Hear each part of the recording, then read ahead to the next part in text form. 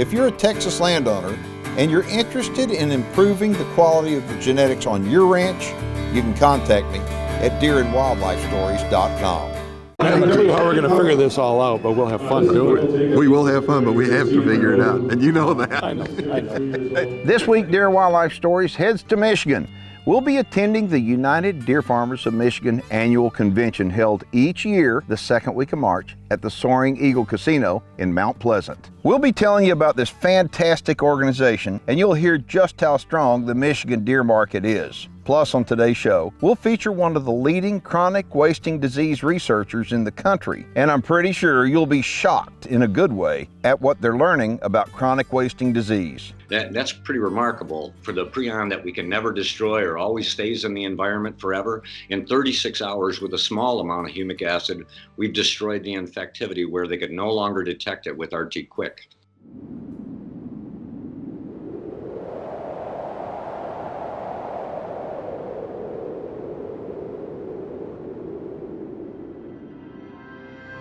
As a deer hunter, I want to know all I can about America's favorite big game animal.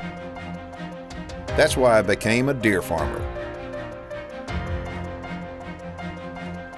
Without deer farms, we lose our greatest resource for research and whitetail management. With them, we gain more knowledge than ever before.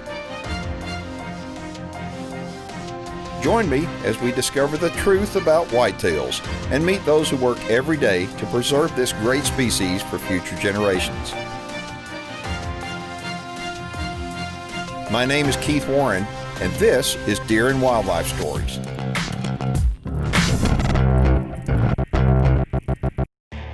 So deer farms are one of the best places in the world to do research on white-tailed deer. And on today's show, we're going to share with you some of the most exciting news that's ever been discovered on chronic wasting disease. So let me tell you a little bit about the Michigan deer market. You know, as a guy that does this television show, I travel all over every state looking at deer farms. I've been to hundreds of deer farms. And Michigan is one of those markets that is just robust as it can be. I mean, it is extremely lucrative to be in the deer farming business right now in Michigan. I mean, as I travel around, I look at it and I think the Michigan market, literally, there's not enough supply to meet the demand. It is an extremely lucrative business, deer farming business in Michigan. And now let's head on over to the United Deer Farmers of Michigan convention and visit with Doug Roberts. I'm Doug Roberts, president of the United Deer Farmers of Michigan. We're here at the 2019 convention at Soaring Eagle Casino in Mount Pleasant, Michigan. This is an annual event. It's open to the public. Inside here, you're going to find mostly deer farmers and deer ranchers from the state of Michigan, but also from other states across the country. The deer industry in Michigan is extremely robust and aggressive right now, and we have a very good balance between deer farming in the hunting ranches. The hunters come and hunt these animals on. And because of that balance, the hunting ranches are able to get rid of a large number of the animals, and then the deer farmers can supplement and fill them back in every year. So it's a very good cycle of the rotation of the animals. So it's a good balance right now in the state of Michigan. And the energy level is very high here in Michigan. The deer market in Michigan is very strong. There's a high demand for bucks. Does are selling really well in auctions. The nice thing about deer farming is it doesn't take much acreage. You can do it on as little as 3 or 4 acres. The Michigan deer market is strong. As a matter of fact, probably hasn't ever been better.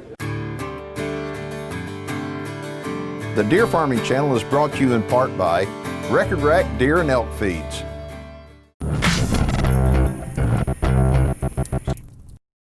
All right, Janice sends me this off of Facebook. It says, I live in Michigan and not a deer farmer yet. I wonder what your best advice would be to learn if deer farming is right for me. Janice, it's real simple. Go to the UDFOM convention. And anybody out there, if you want to find out if deer farming is right for you, go to the state convention wherever you live and start meeting deer farmers, and then go to their deer farms, and you'll find out real quick if deer farming is for you. That's a real good question. And if y'all have a question for me, head on over to our website and hit the Connect with Keith tab. So here we are at the annual UDFOM convention, and there's so much cool stuff going on. You'll see auctions, raffles, giveaways, and just a bunch of great camaraderie among fellow deer breeders. You know, we're happy to have Keith Warren up here with Deer and Wildlife Stories. You know, his TV show explains and shows what we really do on the deer farms and the hunting ranches here in Michigan, and can get it across that we have this passion for the deer. and the white-tailed deer in all facets. So he's up here to explain and show what farming is all about. My name is Robert Sergi with the Gutierrez Cervic Company. Today we're in Mount Pleasant, Michigan at Soaring Eagle Casino for the United Deer Farmers of Michigan convention. We have people joining us from all around the country. A lot of deer breeders from Michigan, hunting ranches from Michigan, people from Texas, Oklahoma, Ohio, all over, Pennsylvania, even a person from California. So we're all so excited to have everybody here. United Deer Farmers, the second week of March every year, host an event at the Soaring Eagle Casino, not only to fundraise for our political actions, but also to gather all the farmers together to discuss the future of deer farming in general. Not to mention they show off what they worked hard all winter for and all summer, and it's a huge gathering. A lot of out-of-state participation from Indiana, deer farmers from Indiana, Pennsylvania, Ohio, all come up to see how popular it's going in Michigan, and they all want to be a part of it. Well, what this event is, it's our membership meeting, but it's turned really into a convention where we raise money and funds. And what it does, the money goes towards the research, towards CWD and tuberculosis here in Michigan, but also towards the legislation. At the national level and at the state level, we try to support that, and then also scholarships to kids that are going into college, into the fields of study in the agricultural industry. Hi, my name is Chris Ezel. I'm a deer farmer from Oklahoma, Dangerous Whitetails of Oklahoma. We've been coming down here to Michigan for a few years now. This is one of the best sales in the nation. This state organization really puts a lot of hard work into this convention, and there's a lot of people coming from other states. It's been getting bigger every year. I expect that it's going to, over the next few years, continue to grow. The support here has been really well with Michigan, and some of these guys go and support the entire industry all over the United States. From a woman's perspective, I think this event is pretty amazing. It pulls in families, kids, just about anybody. I enjoy it every year. I'm Shiloh Sosa. I'm a Texas breeder. I came to Michigan this year to see what the hoopla is all about. I've heard nothing but great things. These guys are starting to really push towards the genetics of Texas and what we have to offer. And I came up here to see the exciting event. It's been a blast, and I look forward to coming back for years to come. Well, if you're looking at what goes on inside that room right there with the United Deer Farmers of Michigan, it is deer farmers, hunting ranch owners, and their families. And what we're looking at is we're finding that the families come and the kids get involved, and it becomes a passion for the family, and it becomes a heritage. It's passed on from generations to generations, and what we're finding more and more young kids and young people are getting into the farming industry with deer farming because it's an amazing animal to farm and raise and work with and live with. And so we're finding, and they all love hunting. So we're also finding hunters are coming in, and they're starting to want to know what is happening with this industry that is growing here in Michigan, and they want to become a part of it, or at least take the part that can make them a better hunter when they leave. So we're starting to work together as hunters, families. It's the great outdoors. It's the whole thing all wrapped up in one ball. So at any convention, you've got fundraising going on. Okay, you look around the room, and these people are there, and they're buying stuff at auctions. Okay, they're buying raffle tickets, and they're raffling off all kinds of firearms, lots of firearms. And you may be wondering, where's the money go?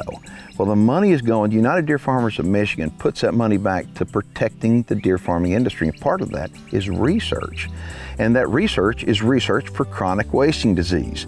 Now, a few years ago, I was up in Michigan at a deer farm, and it wasn't like any deer farm I'd ever been to before. I met a man by the name of Dennis Simpson. He's the owner of this farm. The farm is located only 5 miles from the Detroit airport, 5 miles. And you take a look at this piece of property and think, how could that be? Deer farms can be created on small pieces of rural property that really couldn't be used for anything else. So it's perfect for a deer farm. But Dennis had more than just a deer farm there. Of course, his deer were beautiful. Dennis had a research center there, and I found out that Dennis was doing testing. He was looking at the genetics of white-tailed deer and trying to determine markers and looking at, and without going too far over everybody's head, he was looking for specific genetics that could tell him whether some deer were more resistant to chronic wasting disease than others. And it is amazing what he has discovered. Now, fast forward 3 years, he has learned a lot.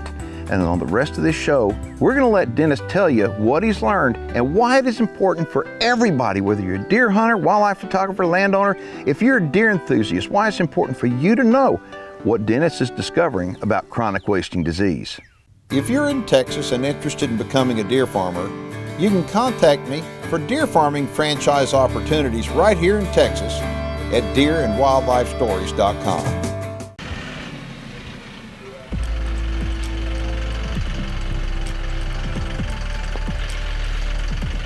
So I got the guys over here doing some fence work, and I want to tell you, when you're doing fence work around deer, you need to be dealing with people that know how to not just do fences and do a good job with that, but work around deer. And that's the reason why I've got the folks from LE Fence over here.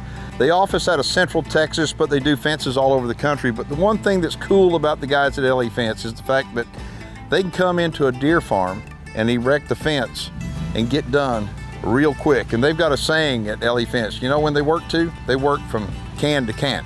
So anyway, in other words, they work to get it done, and they're getting it done all in one day here. Just another day on the farm.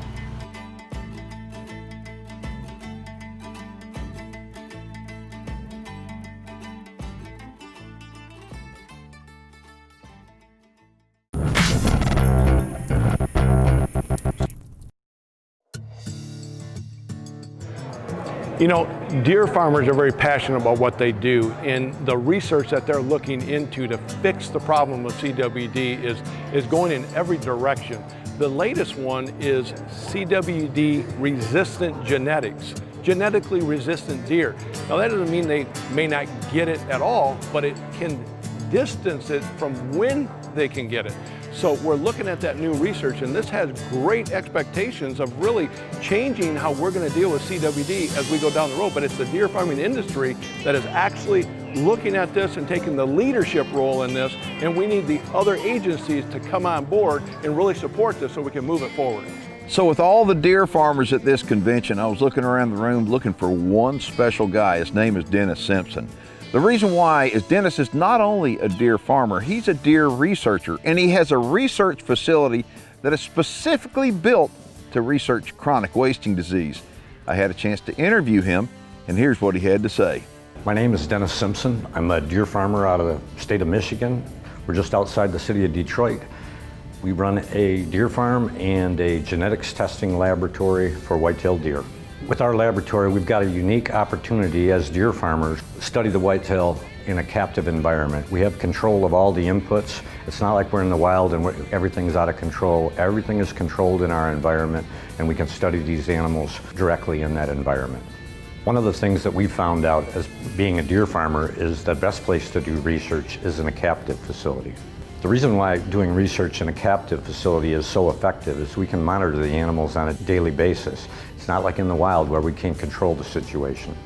Chronic wasting disease, or CWD, is probably the largest concern to anyone that loves whitetails, whether you're a breeder or a hunter. It's just one of the biggest concerns for the industry right now. And the research that's being done by the private industry is critically important to solving the disease. This research is being funded by private individuals in the deer industry, and we have received some funding from the United Deer Farmers of Michigan. I believe that in the future, we are going to get through CWD, and we're committed to doing that. Our laboratory is studying genetics of white-tailed deer that are resistant to chronic wasting disease. We're producing animals that have the genetic markers that are resistant to the disease, and we're supplying them to the new facility in Ames, Iowa, where resistance testing will be done. Deer and Wildlife Stories is brought to you by Deer Star Breeders, Advanced Deer Genetics, Servid Solutions and Newport Labs, P-Bar Whitetails, Ray Favero's Whitetail Genetics, and by Headgear LLC. The Deer Farming Channel is brought to you in part by New Dart, leading the industry in accuracy.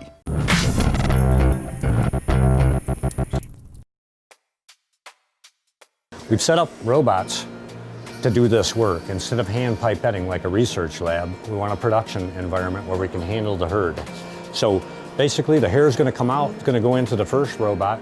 We're going to extract the DNA, the raw DNA, and have it ready to go into the next process, which we call PCR. Once we've got the raw DNA, we go into this PCR process, and we're going to split out a very, very small segment of the DNA so that we can identify the markers.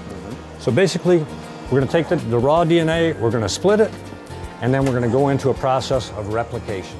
The whitetail industry is trying to duplicate exactly what was done with the sheep industry in terms of a relationship to scrapie. We are taking the same approach to eradicating the disease by generating genetics that can actually keep the deer from catching the disease. When we're thinking about diseases of any kind, it's just like humans. Certain humans are more susceptible to catching any disease, but other ones are more resistant. That's exactly what we're doing with the white-tailed deer, is we're trying to find the animals that have the resistance to the disease and build upon that. Our lab is doing this research for everyone who loves white-tailed deer. It's not just for the farmers who raise deer, but the hunters that enjoy deer, the people who love viewing deer. We just have to keep doing this work for everybody that loves white-tailed deer. Our goal in the short term is to breed deer for the deer farms that will not catch chronic wasting disease. That's a short-term goal, though. The long-term goal is to find a way to introduce those genetics into the wild herd and eliminate the disease in the wild animals. We've actually only been working on chronic wasting disease for a couple years now, and it's absolutely amazing the amount of information that we're starting to learn about these animals and how the disease affects them. We've got great hope in the future of solving this. We've only been working on this for a couple of years, but it's amazing how much we've learned about the disease and how it affects the deer. When we find chronic wasting disease, our first reaction is always to kill the deer. And that's just devastating because the information that we need to solve the disease is within the live deer. We've just got to stop killing these deer and start doing the research on live animals.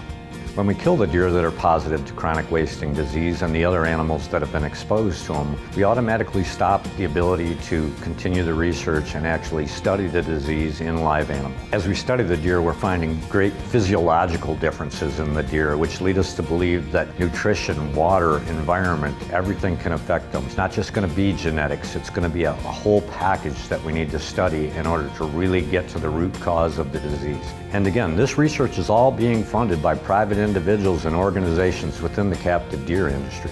I want to close this out by reminding everybody that this is not just for the captive industry, it's for all whitetail. Both sides of the fence, everybody is going to benefit by the research that's being funded by the private industry. If we look at a map of where CWD is found already and how it's expanded over the last 10 years, we could probably predict that over the next 10 years, we're going to have that entire map filled with CWD positive animals. And when you think about it, why is that? The rate of testing has accelerated so much over the last few years, and it just continues to accelerate. The more we test, the more we find, and that's not going to stop in the next 10 years. What I'd like to see in the future is everyone that's involved with deer in general to start looking for some common sense answers.